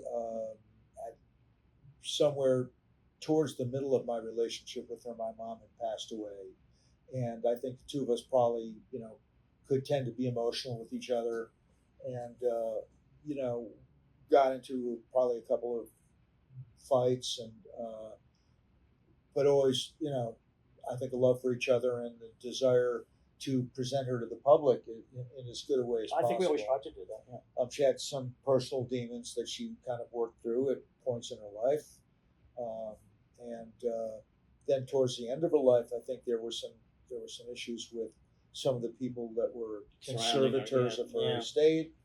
But I always, she was larger than life with incredible jewelry, huge sized jewelry, dressed exotically.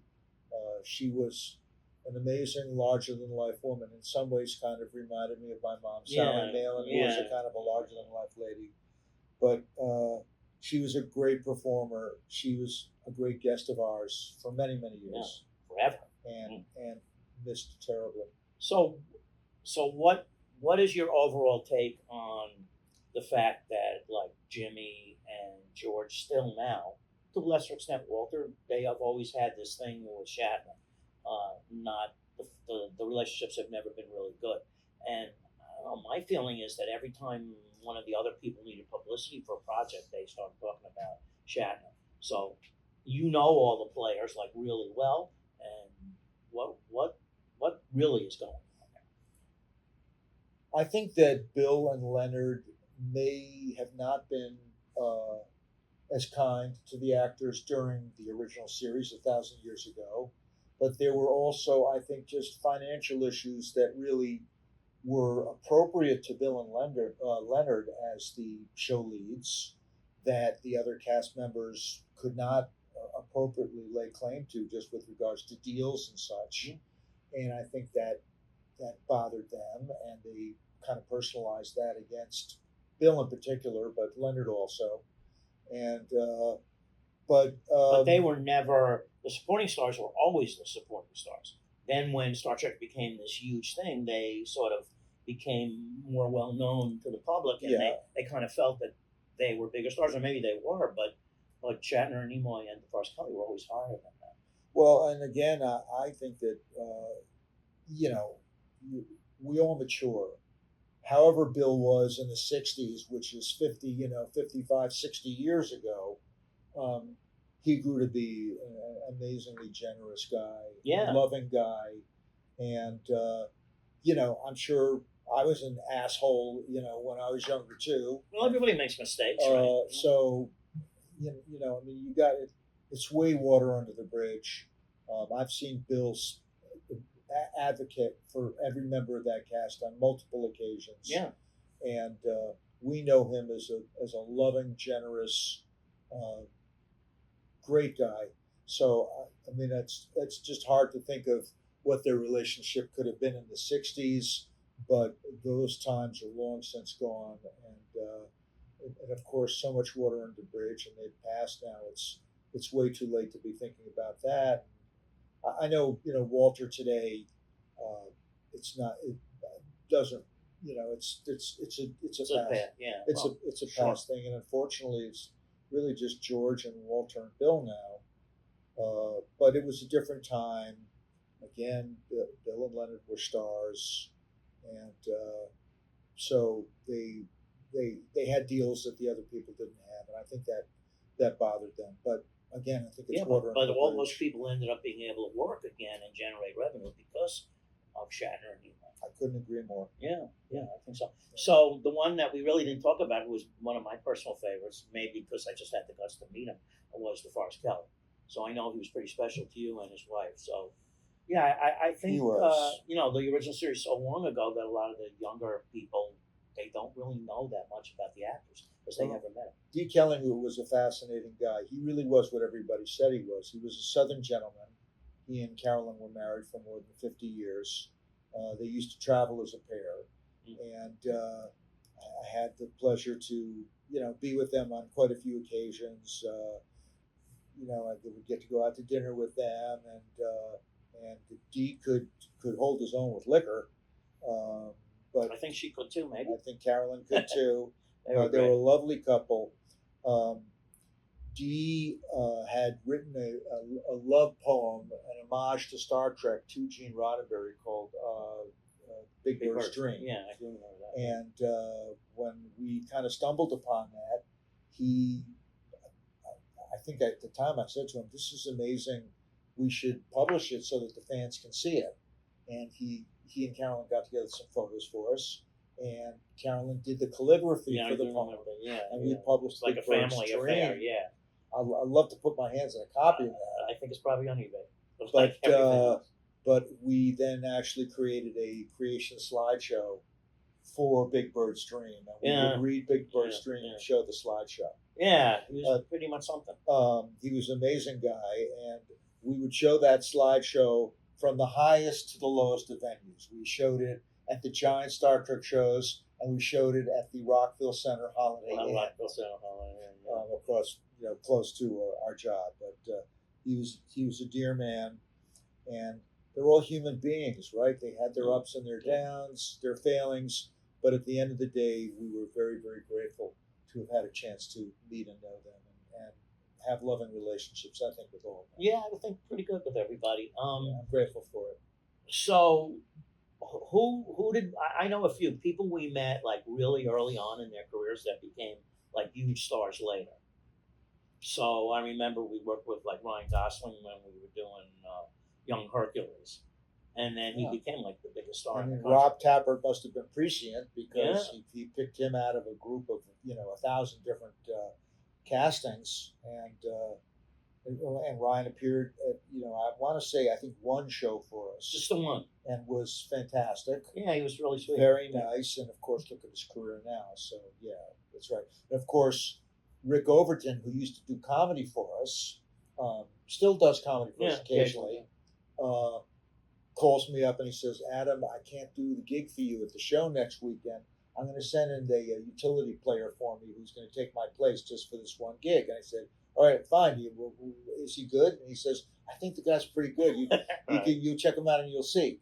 So this tall, lanky guy comes to our show, and he gets up on stage and he starts doing these amazing Obi-Wan imitations, and then he does from Jurassic Park the Tyrannosaurus imitation. I said, "Wow, this guy's really, really great." So after he was nice and he left, and I called up Rick and I said, "This kid's really talented." And he says, and Rick says, "Yeah, I don't know if he'll ever go anywhere, but he was a nice guy for doing the gig." Then of course this was Jim Carrey, Right. and Jim Carrey turned out to be a superstar. So we do catch them sometimes on the way up, Also on the way down. and also on the way down.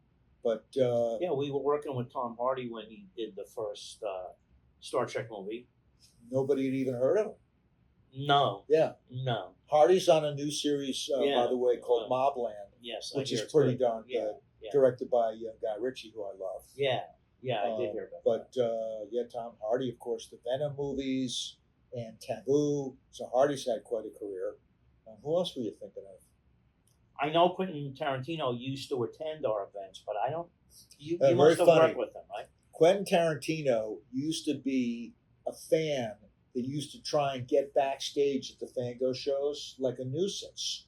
He wasn't supposed to be back there, and and he would want to get backstage to talk to the celebrities. He was just a fan. You remember that? Of course I do. And I think I might have actually at one point said, "Get this guy the hell out of backstage." But then Pulp Fiction hit, and then all of a sudden it was like, that guy that's like a fan at our shows now. He's and he's an incredible talent. But sure, he just started as an attendee. You know that Michael Jackson came to the Franco shows, right? That's incredible. I don't ever recall meeting him. But No, I didn't either. But he came like he would come in a costume, yeah, so people wouldn't recognize him. And then his daughter came some years later to Supernatural, so that was kind of cool. did I ever tell you the story about Stan Winston and the Terminator 3 licensee summit? Where he drove the car into his Yeah. yeah. Well, they haven't heard. Well, I mean, Stan Winston, who was probably arguably the greatest animatronics guy of our day. Not necessarily prosthetics, but animatronics. Of course, our viewers know that the era of prosthetics and animatronics has, by and large, passed. The age of practical film effects has given way to CG. But there is still some practical effects and prosthetic effects and animatronic puppets and such. But Winston was, I think, the acknowledged master of animatronics during his era. Anyway, we did the Terminator 2 convention. I don't know if all of our viewers know that, with James Cameron and Robert Patrick and Eddie Furlong and Arnold Schwarzenegger. And Linda Hamilton was there. I don't know if she appeared on stage. You actually auctioned off Arnold's jacket with the bullet holes in it for $3,000. It That's then all? subsequently sold for $100,000 Oh, I didn't in know the that. future. Oh, but you, Gary Berman, auctioned that Yeah, I jacket do off for remember that. That's on $3,000. the DVD. I remember saying to myself at the time that We should have we should have bought, along with those Frazetta paintings. Yeah, that would have But, been. okay, so anyway, after we did that, when Terminator 3 was going to be released, they contacted us again. They wanted us to do a thing for Terminator 3. And we were invited to this licensing summit in Downey, California, in these old Boeing airplane hangars that were abandoned. I don't know if Erin was with me, but I was definitely there. And they say, we have a special surprise for you. And down from the other end of the hangar, a DeLorean, Back to the Future DeLorean silver DeLorean comes driving in. The gull-wing door opens up, and it's Stan Winston comes out. And he was once again doing Terminators for Terminator 3. But what I might not have told you, and what was really exciting about that was Stan gets out of the car. He says, we want to welcome you guys. We hope you're going to help support Terminator 3. It's going to be an amazing movie. And I want to introduce you to my friend. And so Stan beckons over to the side of this warehouse. Mm-hmm. And there's this big tarp. Mm-hmm. Did I ever tell you this? No. This big tarp, right? It's like the size of like a truck. A huge shape, right? And Stan takes out this remote control thing. He's joysticking and stuff.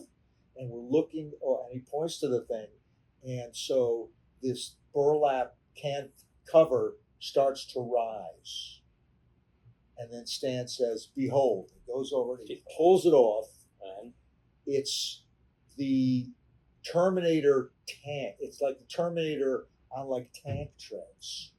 So I guess there was a version of Terminator 3 of a giant Terminator that has tank treads and giant Gatling guns for arms. And the head rises up and lowers, and then it's got these humongous Gatling guns. So Stan is doing this. The guns are shooting. And the Gatling guns start to turn around and was freaking us out. Yeah, it sounds like Fast and Furious. Yeah, so I think we did pretty good on meeting some of our favorites when we were growing up. I'm sure we'll think of 1,000 others in the next segment. Yeah, absolutely. All right. Thanks, buddy. Yeah.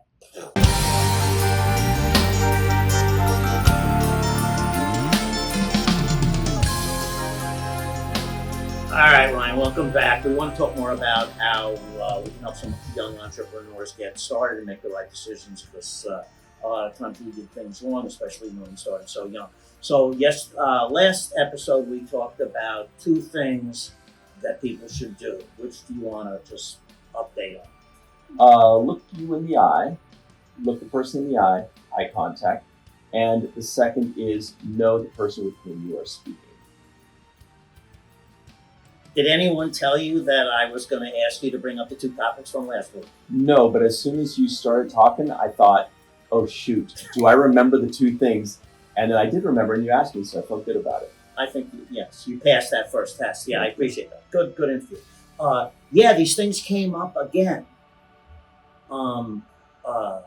Knowing the people that you speak, you're speaking with. So, this famous producer I've been talking to, he ended up growing up in our neighborhood and where I grew up. So we had common stores and, talk about Fortune House, which is a big deal on Long Island community. So the more you have in common with someone, then you can discuss that stuff, but it leads more pleasantly into what the business is.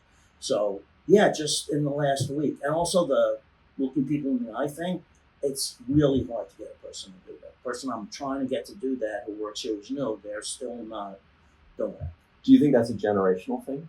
Some people say that the younger generations are not good with eye contact, interpersonal communications, things like that. No, I won't say it's that. I just think that some people are, there's a social anxiety maybe with it, and that people have to deal with it. So I understand that, but it's pretty important because you can blow a deal if you're not. So anyway, I wanted to lead on to today's topics, which concerns what you got to do when you first get started, which we didn't. You need a good lawyer and a good accountant. Because you need your business, filed correctly with the government, and you got to pay your taxes and all of that stuff. Because if you don't, it's going to be trouble later on. And when you have something facing the public, your first website or whatever, you got to make sure your tax, if you need to charge sales tax and that kind of stuff, is in order. And you have a corporation, so you're not personally liable if anything goes wrong. So you got to do research because back then there was no internet, so we kind of had to go with whoever we could find locally. But now you can do much better by researching, and everyone has reviews and stuff. But yeah, super important. The other thing I wanted to talk about is the mistakes that you can make with employees. So, all right. Yeah, I guess when we started as kids hiring people, we didn't realize that there are just some people who, to the core, are awful, and you wouldn't know it. And then you get them in here, and they're setting you up for something from the first day. I mean, all this has happened. Thieves, people literally stealing our merchandise and writing invoices out under their name. Wow! And so blatant that the invoices were lying around on their desk. And then, unfortunately, people do have mental health challenges, and it's hard as a boss to deal with that, especially, in a small company where you're friendly with everyone.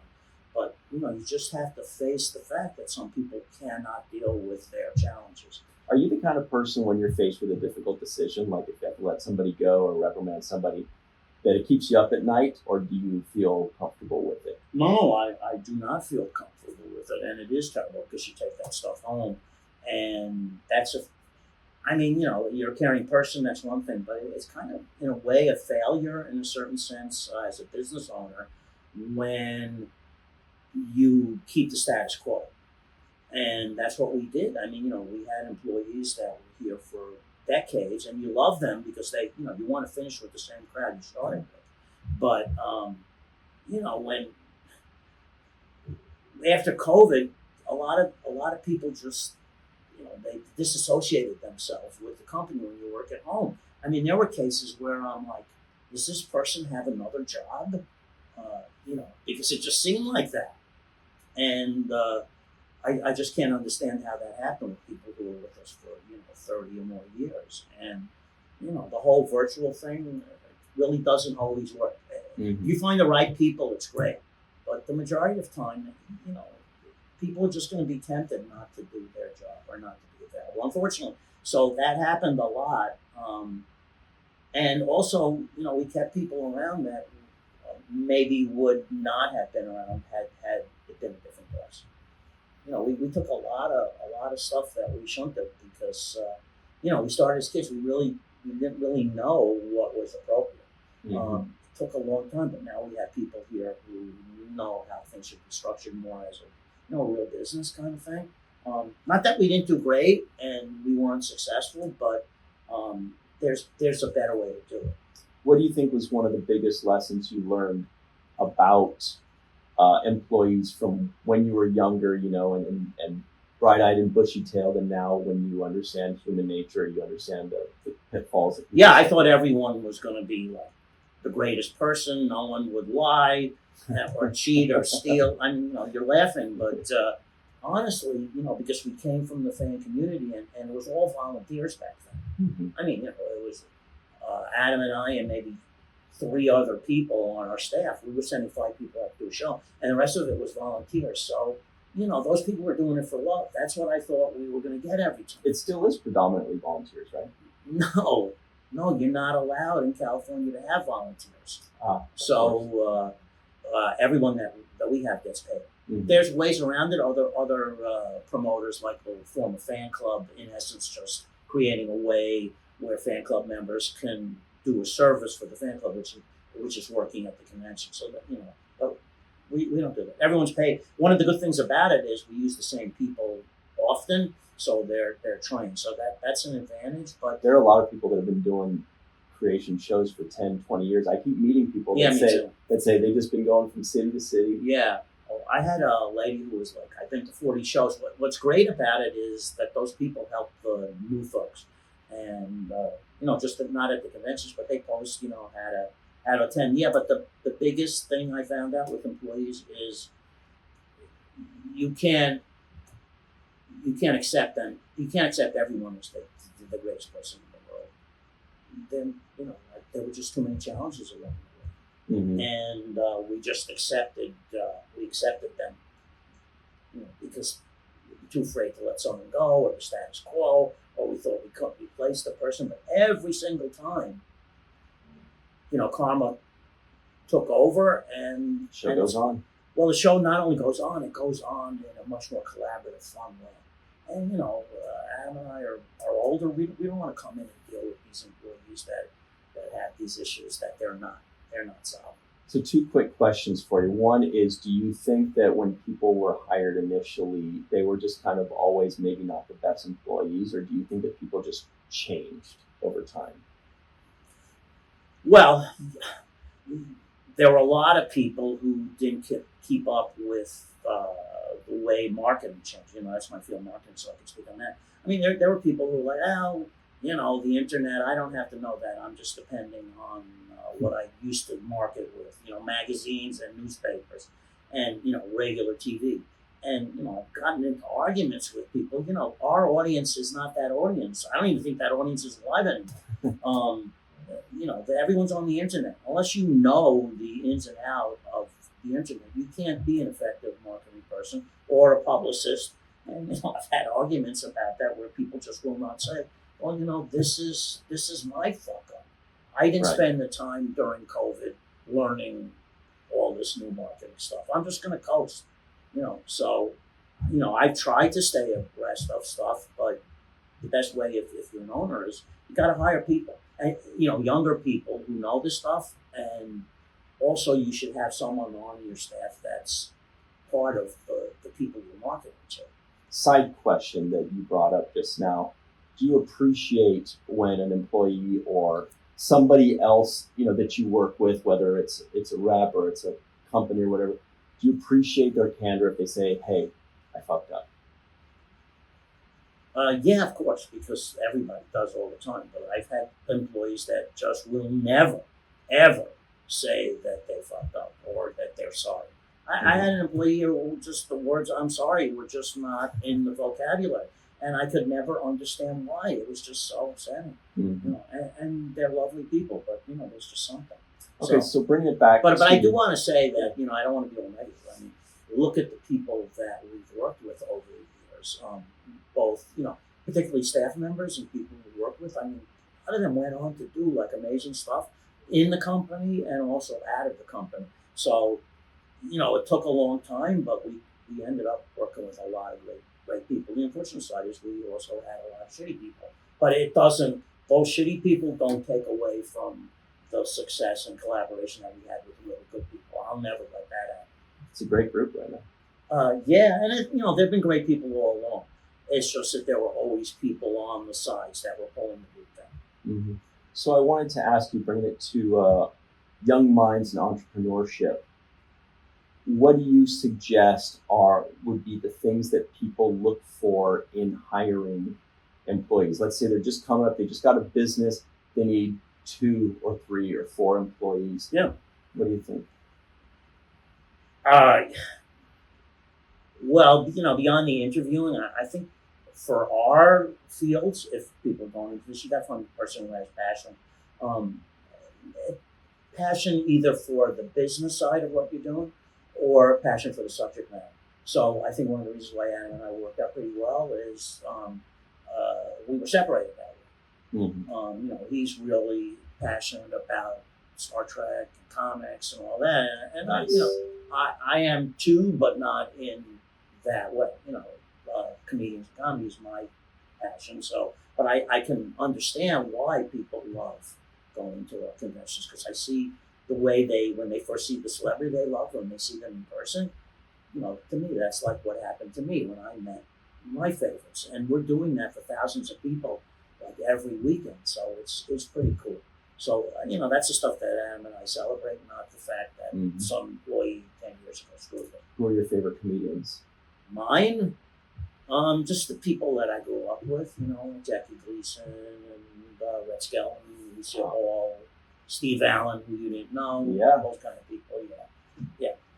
Yeah. So we get to do a little of that with what we also tried to bring in was like the show business performances, because Comic-Cons were just these boring, artists and writers who were super talented, but they weren't stage performers, and they were answering just questions from fans, that were not interesting questions. So we wanted to make our shows entertainment, live entertainment. So when you go to one of our shows, there's a band and people are singing, and the actors they're not playing themselves. And I discussed this with our actors that do regular shows. They're playing heightened versions of themselves. So I see it, and I see particularly over tour, like Supernatural, which is 18 years. You can see how every one of those performances has grown. In the beginning, they were shy, and they were trepidatious about doing appearances. Really? And now you're like, the same person who was shy is jumping on stage and dancing, and I love it. running out of the audience and pulling people up on stage. So that's really been great. And man, did we get lucky. Also with Star Trek, it's like it's not only they can act, but they can sing and perform. So that's been the best part of what we're doing. Mm-hmm. Yeah, so I think we're good for this time. I will think of some more good suggestions for people for next time. That sounds great. See you next week, everybody. Yeah, thank you. Well, that was pretty fascinating stuff, I have to say. That was awesome. And by the way, I'm jealous of you because I loved White Lotus, and I would have loved to be on that panel with you and Adam and dissecting and talking about the things we liked and what we could have done. Piper, no! Oh, it's so good. It was great. Great it was stuff. a lot of fun. And great job. Thank you. And coming up on Creation Entertainment's calendar roster, we've got the Supernatural show in Minneapolis happening April 25th through 27th. We've got all the people are coming. Jensen, Jared, Misha, a great cast.